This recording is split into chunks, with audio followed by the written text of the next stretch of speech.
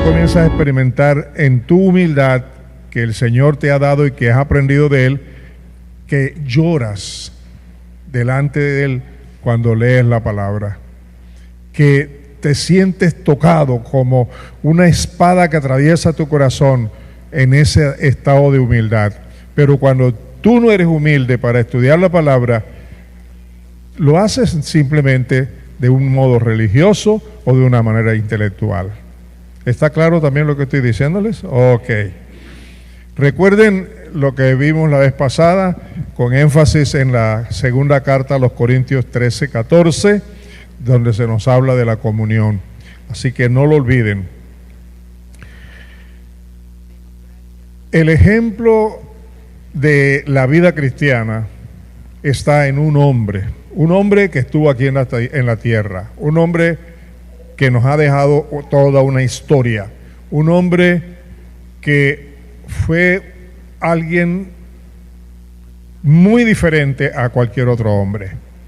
Y me estoy refiriendo a Jesucristo hombre. Jesucristo hombre. No hay ningún otro ejemplo. Yo admiro a Moisés, yo admiro a Pablo, y ellos pueden ser ejemplos para mí, pero el ejemplo número uno, el más importante de la vida cristiana, se llama Jesucristo hombre. ¿De acuerdo?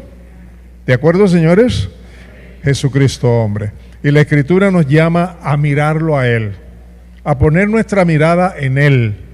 Y para poder poner la mirada en Él, tenemos que estudiar la palabra y conocer cómo vivió Jesucristo hombre. Recuerden que Él es Dios. Recuerden que Él es el Hijo de Dios. Pero cuando Él vino a este mundo, Él asumió toda la responsabilidad como hombre. Y yo le doy gracias al Señor Jesús. ¿Sabe por qué? Porque si Él no hubiera renunciado a sí mismo para convertirse en un hombre, entonces Él no tendría autoridad para decirme a mí que yo lo siga a Él y que yo haga lo que Él hizo. Pero como Él asumió la responsabilidad de ser un ser humano, un hombre, y actuar como hombre aquí, Él tiene la autoridad ahora para decirme que yo también lo puedo hacer. ¿Cierto? ¿Cierto? Porque Él asumió mi naturaleza como hombre, como ser humano. Así que el Señor Jesucristo aquí en la tierra actuó como hombre.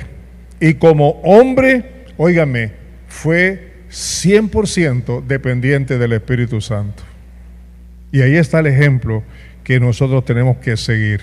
El Señor Jesús no vivió una vida independiente. Pero la primera cosa que el Señor Jesús tuvo que hacer fue ser humilde. Asumió la humildad de tal punto, de tal forma, que estuvo dispuesto a hacer solo la voluntad de Dios y a morir la muerte de cruz por la obediencia a la palabra. Escúchenme algo. Si yo les pregunto a ustedes, ¿a qué vino el Señor Jesucristo a este mundo? Ustedes me pueden decir: a salvarme, a redimirme, a cambiar, todo, 1000 cosas, y todas son verdaderas. Pero la número uno, la razón número uno por la que el Señor Jesucristo vino a este mundo fue a hacer la voluntad del Padre. Dios creó a Adán para que hiciera la voluntad de Dios. Adán fracasó. Dios llamó a sus hombres para obedecer. Llamó a un Noé, por ejemplo, quien obedeció durante 120 años haciendo algo que no era razonable. Nunca había llovido, no estaba cerca de un mar, y en una montaña prácticamente lo mandó a construir un arca. Eso es lógico. ¿Pero qué hizo él? Noé, ¿qué hizo? Le creyó a Dios. ¿Y se burlaban de él o no? Se burlaban de él, pero él le creyó a Dios. Y cuando vino la hora de la verdad, solamente él, su esposa y sus hijos fueron salvos. ¿Eso le dice algo? ¿A qué llamó Dios al Señor Jesucristo? A hacer la voluntad suya. Y ahora te pregunto, ¿a qué te ha llamado Dios a ti?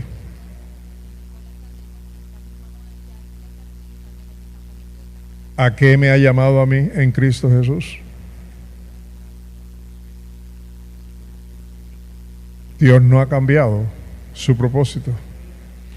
Él te ha llamado a ti y a mí para que hagamos la voluntad suya, para que vivamos de conformidad con su voluntad aquí en la tierra. Pero escúchame, dos cosas. Uno, yo no soy capaz de hacer la voluntad de Dios por mi naturaleza, ni con mis fuerzas.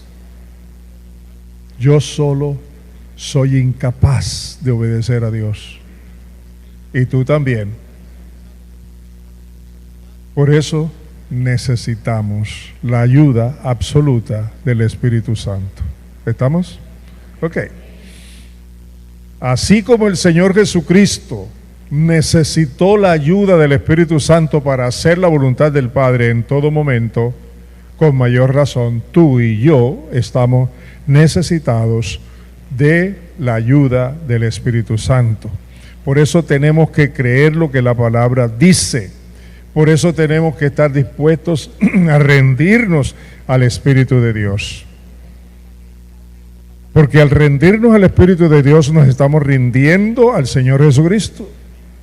Y al rendirnos al Señor Jesucristo nos estamos rindiendo a la voluntad del Padre. Así que lo primero es rendirse al Espíritu Santo. Él está aquí, está dentro de ti. Hoy yo escucho unas canciones y unas predicaciones que a veces no las entiendo. Por ejemplo, cuando estamos cantando que nos llene, que venga aquí a este lugar, que venga a nosotros. Yo no tengo que pedir al Espíritu Santo que venga, si ya Él vino y está en mí.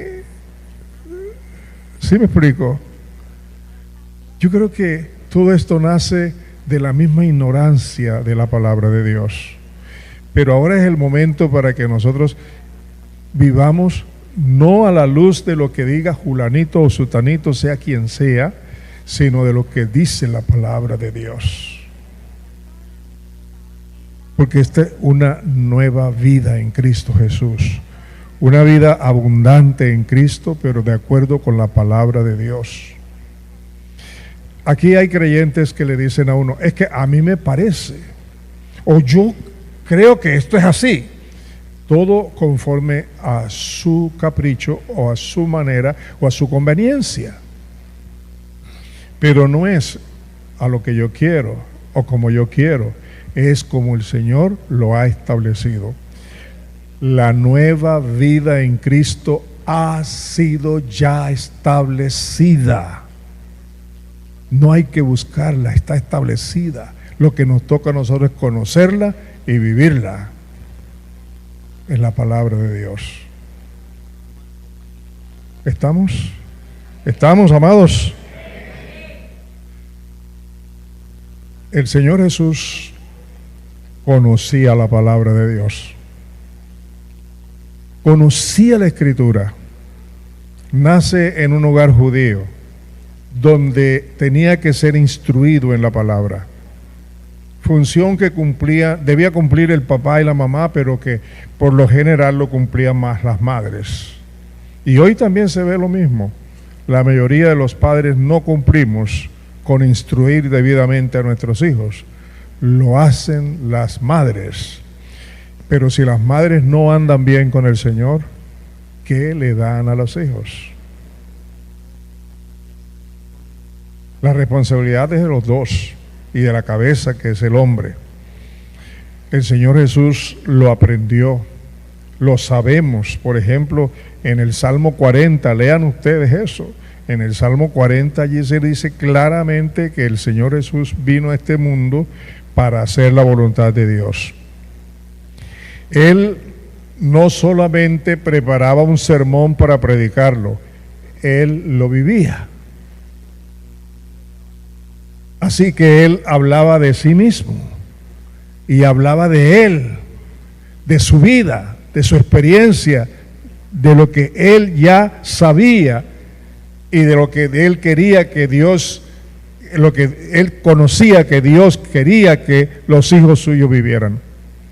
De manera que, amados míos, el Señor Jesús es nuestro faro, el Señor Jesús es nuestra guía, el Señor Jesús es nuestra meta, Él es nuestro propósito.